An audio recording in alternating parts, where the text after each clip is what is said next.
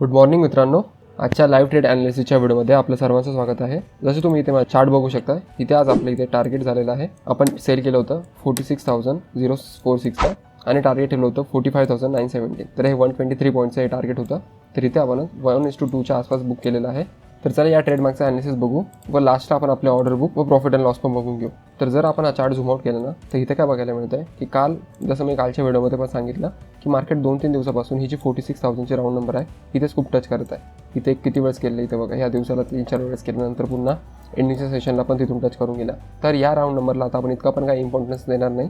तर म्हणून आपण काय केलं, आज जे एस एल आपण हंट केले ना, जसं आपण एस एल हंट करतो तर आपण केले क्लोजिंग प्राईसच्या जवळचे. तर मार्केटमध्ये काय झालं, सकाळचा जर चार्ट बघितला तर मार्केट ओपन झालं या ठिकाणी. तर जास्त काय मोठा गॅप अप नव्हता, फक्त 200 पॉईंटचा गॅप होता.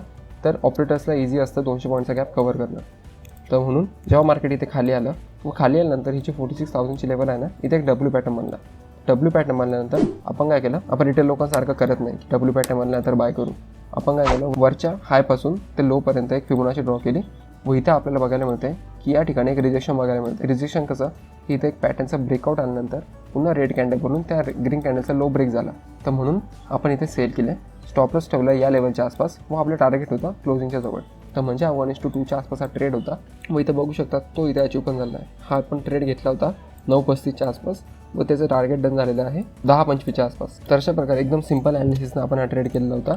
की काय झालेलं आहे की रिटेल लोक इथे ॲक्टिव्ह झाले की त्यांना काय वाटतं की मार्केट 3 दिवसापासून याच ठिकाणी कन्सोल्युशन करते व वरच्या साईडला जर आपण ही ट्रेंड लाईन लावली ना, समजा आपण इथून एक ट्रेंड लाईन लावली या ठिकाणपर्यंत, तर मार्केट झालं होतं गॅप ओपन. तर म्हणजे ट्रेंड लाईनचा ब्रेकआउट. लोक काय विचार करत आहे की आज मार्केटने काय केलं आहे, एकतर ह्या ट्रेंड लाईनला गॅप अपने ब्रेकआउट दिला व त्यानंतर आपल्याला इथे एक मोठा डब्ल्यू पॅटर्न पण बघायला मिळतो, त्याचा पण ब्रेकआउट झाला गॅप अपने. तर म्हणून सर्व लोक इथं बाय करतील.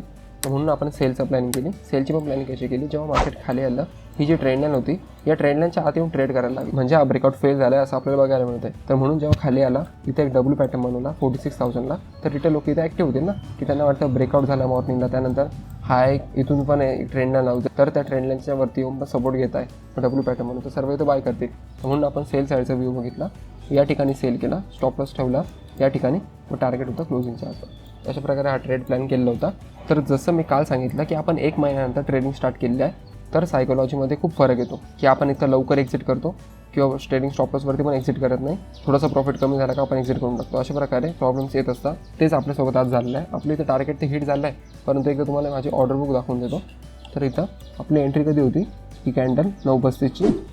तर इथं ऑर्डर बुक बघू शकता, आपण 9:35ला इथं फूटमध्ये एंट्री घेतली होती 45,800च्या फूटमध्ये 134च्या प्राईसला व आपलं टार्गेट डन झालं आहे 10:25 परंतु जसं तुम्ही इथं ऑर्डर बघू शकता की आपण हा सेल केला आहे 9:48ला. 9:48 कुठे येतो, या कॅन्डलवरती येतो. तर आपण इतकं मोठं टार्गेट मिस केलं आहे. यामागे खूप रिझन आहे. जसं मी तुम्हाला सांगितलं की आपण 1 मंथ नंतर ट्रेडिंग स्टार्ट करतो. तर हे प्रत्येकाचं ह्युमन सायकोलॉजी असतेच की मी पण एक मनुष्यच आहे, कम्प्युटर नाही की आपण एकदम टार्गेटवरती डन करू. तर इथे जसं मला इथे बघायला मिळतं, इथे का मी विचार केला की मार्केटने जर इथे 1 वेळेस 2 वेळेस 3 वेळेस 4 वेळेस ट्राय केलं आहे, इथे एवढं मोठं रेड कॅन्डल बनलं आहे, तरी पण मार्केट एवढी मोठी ग्रीन कॅन्डल बनवून त्या रेडचा हाय क्रॉस करतो ना, तर म्हणून इथे वर जाण्याचे चान्सेस आहे. तर म्हणून माझ्या सेटअपवरती मला डाऊट झाला, जो व्हायला नाही पाहिजे. परंतु जसं मी सांगितलं की 1 मंथ नंतर आपण ट्रेडिंग करतो ना, तर पुन्हा या सेटअपवरती ट्रस्ट येण्यासाठी अजून मला 5-6 दिवस तरी लागतील. त्यानंतर आपण नीट सायकोलॉजीने ट्रेड करू शकतो. जसं तुम्ही मागचे व्हिडिओ पण बघितलं असेल, आपण जे 1 मंथ आधी व्हिडिओ अपलोड करायचो की 2 मिनिटात 10%, 3 मिनिटात 10%, तर त्यासाठी सायकोलॉजी लागते होल्ड करण्यासाठी. तसं आज तसं झालेलं नाही. जसं मला इथं वाटलं की इथून मार्केट आता फिरू शकतो, म्हणून आपण इथेच एक्झिट करून टाकलं, इथे एंट्री घेऊन. म्हणून आपलं एक मोठं टार्गेट मिस झालेलं आहे. तर बघूया उद्यापासून आपण नीट सायकोलॉजीने ट्रेड करत जाऊ व आपल्या एकदम ट्रेडिंग स्टॉप लॉसवरती किंवा स्टॉप लॉसवरती किंवा टार्गेटवरतीच नेहमी असं मधूनच एक्झिट करणार नाही कुठे पण. कारण आपलं ट्रेडिंग स्टॉप लॉस कुठं होतं माहिती आहे, आधी आपण इथे एंट्री घेतली व स्टॉप लॉस होता या ठिकाणी, त्यानंतर हे होतं टार्गेट. त्यानंतर जेव्हा मार्केटने हा लो ब्रेक केला, हा जो लो होता तो मार्केटने या कॅन्डलने ब्रेक केला, तर हा एक काय झाला, एक स्विंग झालेला आहे अशा प्रकारे.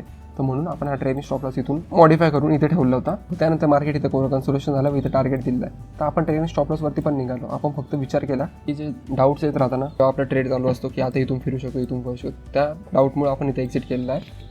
तरी आपली चुकी झाली आहे. तर उद्यापासून बघू की ही चुकी आपण अवॉइड करू, एकदम टार्गेटवरती किंवा ट्रेडिंग स्टॉप लॉसवरतीच निघत जाऊ.